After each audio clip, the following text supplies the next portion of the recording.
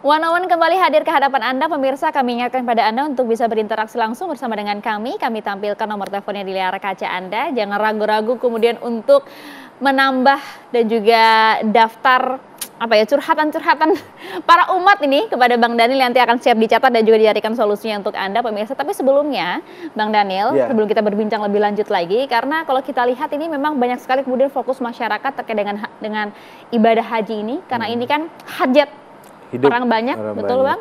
Ini sudah banyak juga kemudian masyarakat yang udah menyoroti mengenai hal ini. Kita dengarkan terlebih dahulu ya Bang, Viti berikut ini. Ya, itu jangan dipersulit.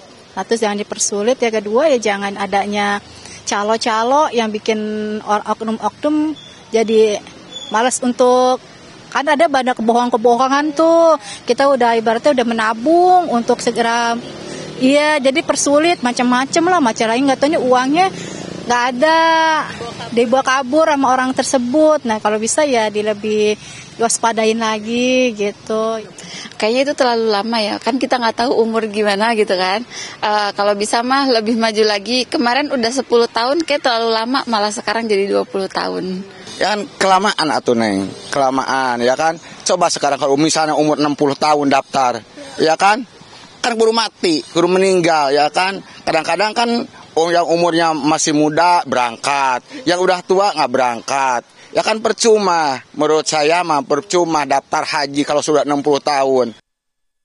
Masyarakat mah to the point Bang, gitu lah. Daftar tunggu yang lama gitu kan, katanya udah terlewat lah kalau misalnya udah 60 tahun. Masalah calo juga. Ini apakah sudah kemudian udah masuk dalam kantong belanja masalah seorang Daniel? Oh iya sudah, saya dan Gus Irfan sudah belanja masalah-masalah ini.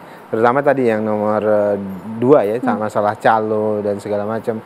Kan sedih sekali ya kalau kemudian ada ibu-ibu orang dari desa kemudian sudah nabung sekian tahun, kemudian tiba-tiba gitu harus nyetor di awal, kemudian dibawa kabur. Itu kan banyak kejadian-kejadian. Dan sebagian besar mereka umat Islam yang ingin berhaji di Indonesia itu kan berasal dari kampung. Bahkan mereka nggak pernah jalan-jalan kemanapun.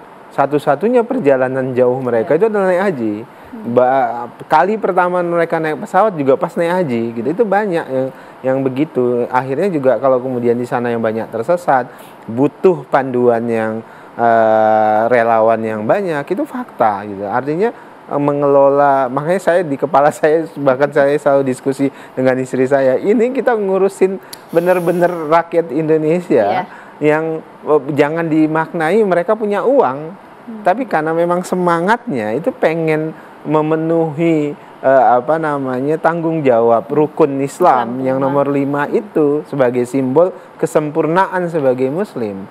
Maka kalau kemudian berkhianat, menipu terhadap cita-cita mereka, itu saya nggak tahu kalau harus seperti apa ya. Jadi yang jelas saya selalu tekankan, saya bersama Gus Irwan, Gus kita mau serius, kita beresin ini, transparansi dan akuntabilitas itu kuncinya. Itu dia, Bang. Kemudian penegakan hukum kuncinya. Jadi jangan pernah main-main dengan cita-cita besar kesempurnaan ibadah seorang muslim. Jadi yang jelas sejak awal nawaitu Gus Irfan, kami sama-sama ingin memastikan bisa melayani umat Islam dengan baik di Indonesia, walaupun kami paham betul nggak gampang. Betul. Dan kenapa ekspektasinya terlalu tinggi, sedangkan kami tahu faktanya seperti apa. Jadi oleh sebab itulah ini sebenarnya adalah komitmen Pak Prabowo agar jamaah haji Indonesia bisa terlayani dengan baik, tapi tentu di balik itu semuanya kami bekerja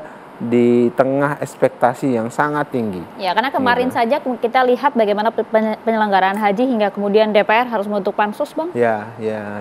Saya nggak mau komentar terkait itu karena kan sudah berlalu dan tidak elok kalau kemudian saya mengomentari. Tapi tentu menjadi catatan kan? Oh iya, itu jadi pembelajaran bagi kami dan itu menjadi catatan agar kemudian sesuatu yang dianggap kasus moral hazard itu tidak kemudian terjadi lagi di tahun-tahun ke depan. Kalaupun terjadi harus ada hukuman yang keras dan tegas. Kita harapkan BPH juga fokus terhadap ini ya Bang ya.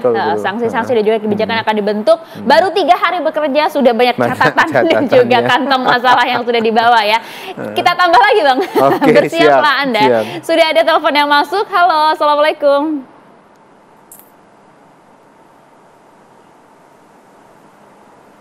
Assalamualaikum, dengan siapa di mana?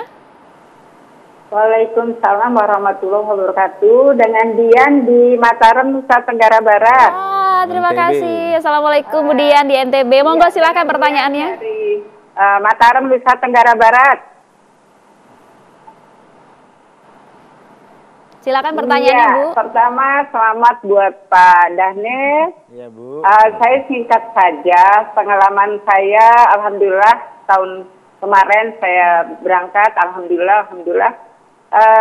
Pembentukan kelompok dan regu ini yang mungkin perlu diperjelas sehingga lebih efektif dan efisien pada saat pelaksanaannya. Mungkin demikian. Terima kasih. Wassalamualaikum warahmatullahi wabarakatuh. Memang kemarin masalahnya kenapa Ibu? Oh sudah mati.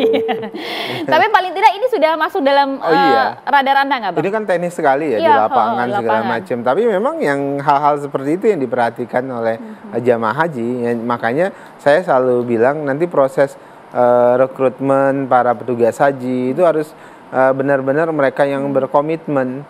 Jangan sampai yang rekrutmen itu orang yang pengen nebeng naik haji gitu.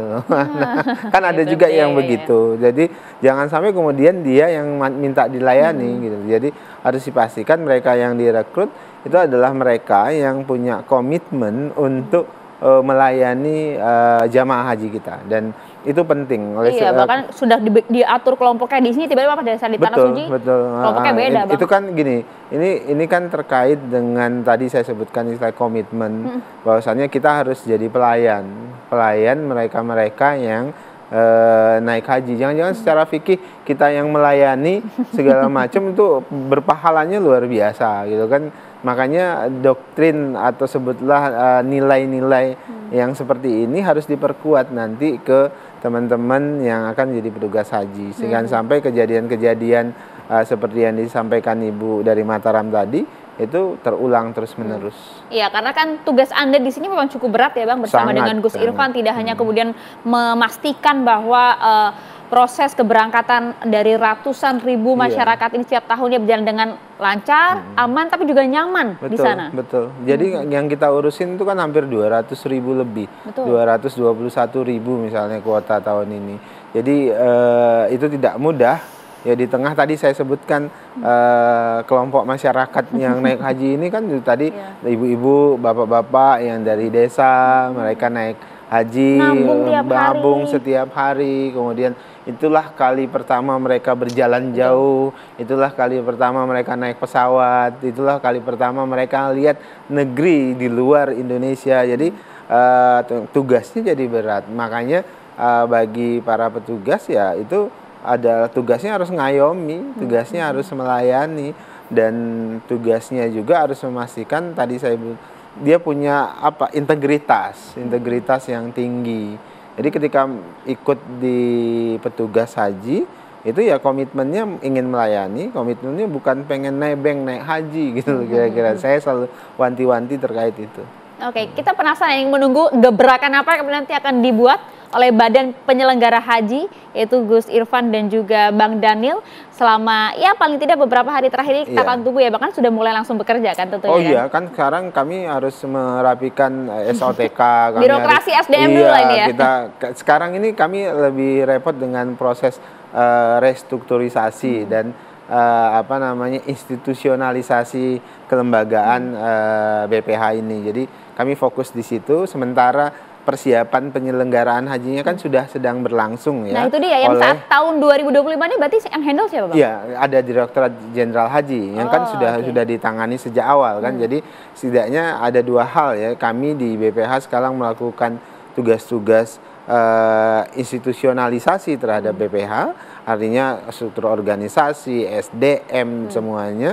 Kemudian di sisi lain juga kami harus tetap melakukan asistensi terhadap pelaksanaan haji dalam hal ini yang memang sudah dilaksanakan oleh Direktorat Jenderal Haji Kementerian Agama. Iya, kan sudah dilakukan, artinya kami harus melakukan asistensi itu untuk mempersiapkan nanti tahun berikutnya, dan harapannya kan berarti 1446 nanti masih dilaksanakan oleh Direktorat Jenderal Haji dengan asistensi kami. Nah, 1447 artinya 2026 itu sudah full dilaksanakan oleh Badan Penyelenggaraan Haji ini. Oke, itu waktu yang cukup cepat loh Bang sebenarnya. Oh iya, sangat artinya sudah singkat, harus Mbak. langsung tancap gas, Betul, oke gas lah betul. ini ya. Oke gas gitu. Oke, kalau gitu kita juga akan jeda terlebih dahulu ya Bang ya. Oke. Saat lagi One on One akan kembali untuk Anda. Kami pun juga akan masih menunggu telepon interaktif dari Anda untuk kemudian kita berikan solusi langsung bersama dengan Daniel Anzar Simanjuntak, Wakil Kepala Badan Penyelenggaraan Haji. One on One akan hadir untuk Anda sesaat lagi.